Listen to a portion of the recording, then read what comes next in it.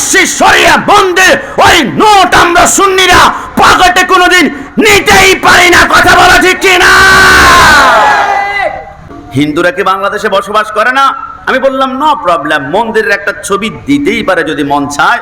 50 টাকার নোট আছে, 100 টাকার নোট আছে, ওইখানে কোনো মসজিদের ছবি ছিল না, সেইখানে তুমি সাম্প্রদায়িক সম্প্রীতির জন্য দিতে পারো। কিন্তু 20 টাকার নোট আমার 60 গম্বুজ মসজিদ, যেখানে খান জান আলী রহমতুল্লাহ আলাই আল্লাহর ওলি সাহিত্য আছে, আল্লাহর ওলি সম্পৃক্ত সেই মসজিদ ক্যান্সেল করে তুমি মন্দির দিয়েছ, তাহলে বোঝা গেল আল্লাহর ওলির প্রতি তোমাদের বিদ্বেষ রয়েছে। আল্লাহর ওলিকে সহ্য করতে পারে না। আমি বলতে চাই, অনেকে আমাদেরকে টোকা দিবে মাজার পূজারি। আমি বলি আমরা সুন্নিরা মাজার পূজারি নয়। মাজার পূজারি করে কারা? আপনাদের কিশোরগঞ্জ পাগলা মসজিদে গেলে আপনারা টের পাবেন। পাগলা মসজিদের দানবাক্স কিন্তু সুন্নিরা খোলে না। কোটি কোটি টাকা পাওয়া যায়, নেকলেস পাওয়া যায়, নাকফুল পাওয়া যায়, হাতের স্বর্ণের রিং পাওয়া যায়। যারা গনে এদের টুপির দিকে তাকালে বুঝতে পারবেন এরা কারা।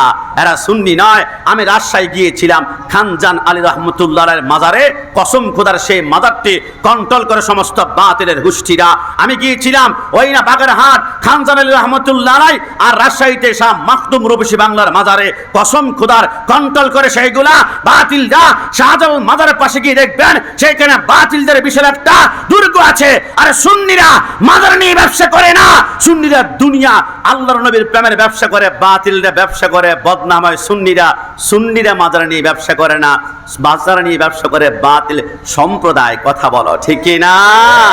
এই জন্য ইসলাম জিন্দা হতা হ্যায় হর কারবালা কি বাদ। ইসলাম জিন্দা করার জন্য বারবার কারবালা হবে, তারপরও বারুদ হয় জ্বলতে পারো না। কথা বলো ঠিক কি না? কেমন মুসলমান তুমি একটু বলো না, কেমন তোমার ঈমান একটু বলো না। আমি নেই ব্যক্তিগতভাবে আমাকে দিয়েছিল। আমি বলছি আমি এই নোট নিব না, সজ্ঞানে স্বইচ্ছায়।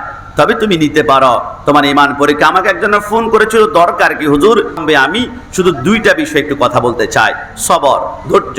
আমরা দেখুন বর্তমান সময়ে আমরা যেখানে আছি, যে কোনো মুসিবতের মধ্যে পড়লে আমরা বলি শুধু কেবল আল্লাহ আমাকেই দেখে, মুসিবত আমার উপরে দেয়।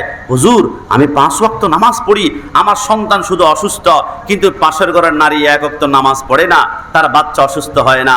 আমার আল্লাহ বলে বান্দা অসুস্থ হলে সবর করবা, কারণ তোমার সবর একদিকে আর কারবালার জমিন অন্যদিকে। তুমি কল্পনা করেছ ওই কারবালার জমিনের দিকে যদি আমাকে যায়, প্রথম আহলে বাইতের কথা বলতে হয়। 4 জন সদস্য আহলে বাইতের, একজন হাসান, একজন হুসাইন, একজন আলী, একজন হযরতে মা ফাতেমা। একটু জবান খুলে বলি সুবহানাল্লাহ। এই 4 জন আহলে বাইতের কথা যদি আমি বলি, অন্তত পক্ষে আমাকে 4 ঘন্টা সময় লাগবে, কিন্তু সংক্ষেপ সময় যদি বলি আমি 4 মিনিটে বলতে পারবো। মাওলা আলী এমন একজন সত্তা। মাওলা আলী যখন খেলাফতের মসজিদের মধ্যে বসলেন, মাওলা আলী বলে হঠাৎ করে একজন ব্যক্তি বলল রসুল এলমে গায়েব জানে না। এই কথা শোনার সাথে সাথে আমার মাথার রক্ত উঠে গেল। আমি মিম্বরের মধ্যে দাঁড়িয়ে বললাম, এমন কোন মুনাফিকের বাচ্চা আছো যে আমাকে প্রশ্ন করবা রসুল এলমে গায়েব জানে না? দূরের কথা, যে কোনো প্রশ্ন করবা তোমাদেরকে এখন আমি জবাব প্রদান করব। একজন প্রশ্ন করে, মাওলা আলী কষ্ট নিবেন না, আপনি নামাজ পড়েন, নামাজের সময় নাকি আল্লাহ আমাদেরকে দেখে, আপনি কি কখনো নামাজের সময় আল্লাহকে দেখেছেন? মাওলা আলী বলে, আল্লাহ খোদার কসম, নামাজের প্রথম রাকাতে দাঁড়াই, একটা সিজদা করি, সিজদা করে তোমরা বৈঠক দাও, বৈঠক দেওয়ার পরে আরেকটা সিজদা করো। আমি আলী একটা সিজদা করে বৈঠক দেই, ততক্ষণ পর্যন্ত আরেকটা সিজদা করি না যতক্ষণ না আমি স্বয়ং আল্লাহকে দেখতে পাই। একটু জবান খুলে বলে সুবহানাল্লাহ। এবারে বলছি মা ফাতেমা, তিনি কোন মা ফাতেমা? আমাদের নিকলি রোদার পর্দা, আমাদের এই মুহূর্তে যদি কারাগার আশেপাশে মা বোনদেরকে জিজ্ঞেস করেন, মা আপনি কি 30 দিন নামাজ পড়তে পারেন?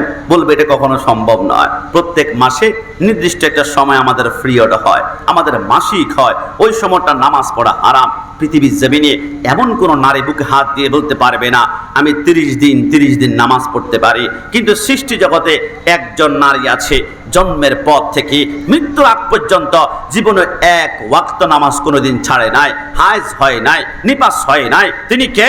ইন্নামা ইউরিদুল্লাহু লিইউযহিবা আনকুমুর রিজসা আহলাল বাইতি ওয়া ইউতাহহিরাকুম তাতহীরা। তিনি হচ্ছেন মা ফাতেমা। জীবনে হায়েজ হয় নাই, নিপাস হয় নাই, কারণ হায়েজ মাসিকের রক্ত হচ্ছে হচ্ছে নাপাক, নাপাক থেকে আল্লাহ আহলে বাইতকে পবিত্র রেখেছেন। আপনি বলবেন কাশিমি মানি না, বলে কেন?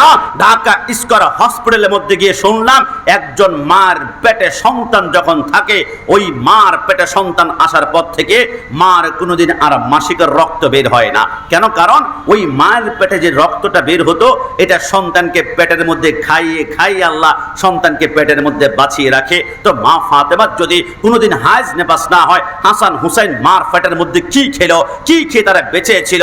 আলা হযরত আজিমুল বরকত চমৎকার বলেছেন, তেরে নসলে পাক মে হে बच्चा बच्चा नूर का तू है आईने नूर तेरा सब घराना नूर का।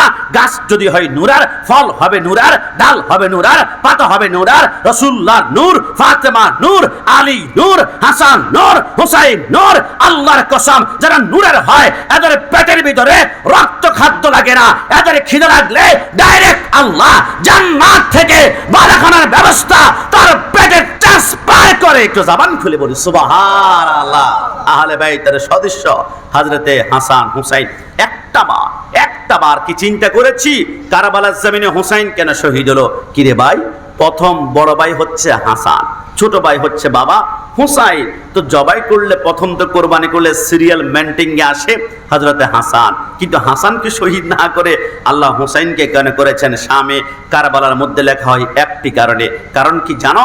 আমার সরকারে মদিনার নাভি থেকে মাথার তালু পর্যন্ত দেখতে যেমন লাগে, আল্লাহ হযরতে হাসানকে নাভি থেকে মাথার তালু পর্যন্ত রাসূলুল্লাহর মতন করে বানিয়েছেন। হযরতে হাসানের দুইটা চোখ রাসূলুল্লাহর চোখের মতো লাগতো, হাসানের দুই নাভি রাসূলুল্লাহর নাভির মুবারকের মতো লাগতো, হাসানের দুইটা হাত রাসূলুল্লাহর হাতের মতো লাগতো, হাসানের গলা রাসূলুল্লাহর গলার মতো লাগতো। আর হযরতে রাসূলুল্লাহর নাভি থেকে বাঁধা পায়ের তালু পর্যন্ত রাসূলুল্লাহ যেমন দেখতো হুসাইনের তেমন। আমার আল্লাহ বলে হাসান কেমন দেখাতো? রাসূলুল্লাহর নাভি থেকে মাথার তালু পর্যন্ত।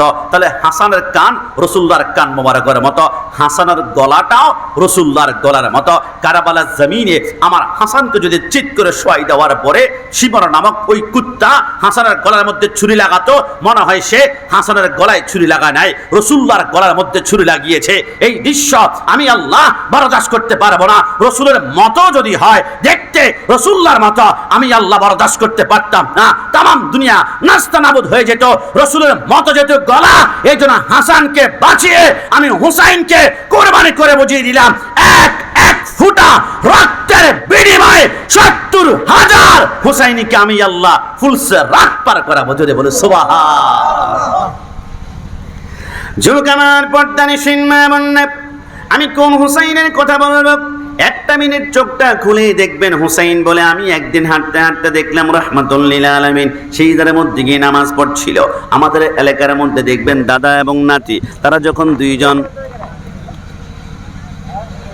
লা ইলাহা, আমরা বলেছি আহলে সুন্নাত ওয়াল জামাত হক, এই জন্য ২০ টাকার নোট থেকে মসজিদ সরিয়ে মন্দির ততক্ষণ পর্যন্ত পকেটে নিব না যতক্ষণ না আমাদের সেই মসজিদ আগের জায়গায় না যাবে। সবাই বলি ইনশাআল্লাহ, ইনশাআল্লাহ। জবান খুলে ইনশাআল্লাহ।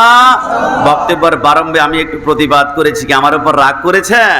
প্রতিবাদ করার কারণ আছে তো। তুমি মেসোয়া করা ফজিলত তো জানো, খাবার শেষে মিষ্টি মুখের হাদিসটাও মানো, শুধু হক কথাটা উচ্চ সুরে বলতে পারো না, অন্যায় তুমি মেসোয়া করা ফজিলত তো জানো। ইসলামের বিরুদ্ধে, নবীর বিরুদ্ধে, কোরআনের বিরুদ্ধে কথা বললে মাকে ছাড় দেওয়া হবে না, বাবাকে ছাড় দেওয়া হবে না। কারণ সুন্নিরা দুনিয়া লোভী নয়, নবী প্রেমের লোভী। আল্লাহ আমাদেরকে বানিয়েছেন সুন্নি। আল্লাহ রাব্বুল আলামিন আপনাকে আমাকে সুন্নিয়তের মধ্যে কবুল করেছেন। সবাই জবান খুলে বলি আলহামদুলিল্লাহ।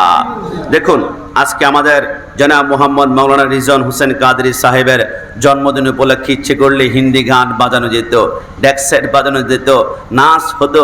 কিন্তু আপনি অবাক হবেন, আমি জানি পর্দানিসীন মা বোনরা মনে হয় আমাদের আলোচনা শুনতে পাচ্ছে।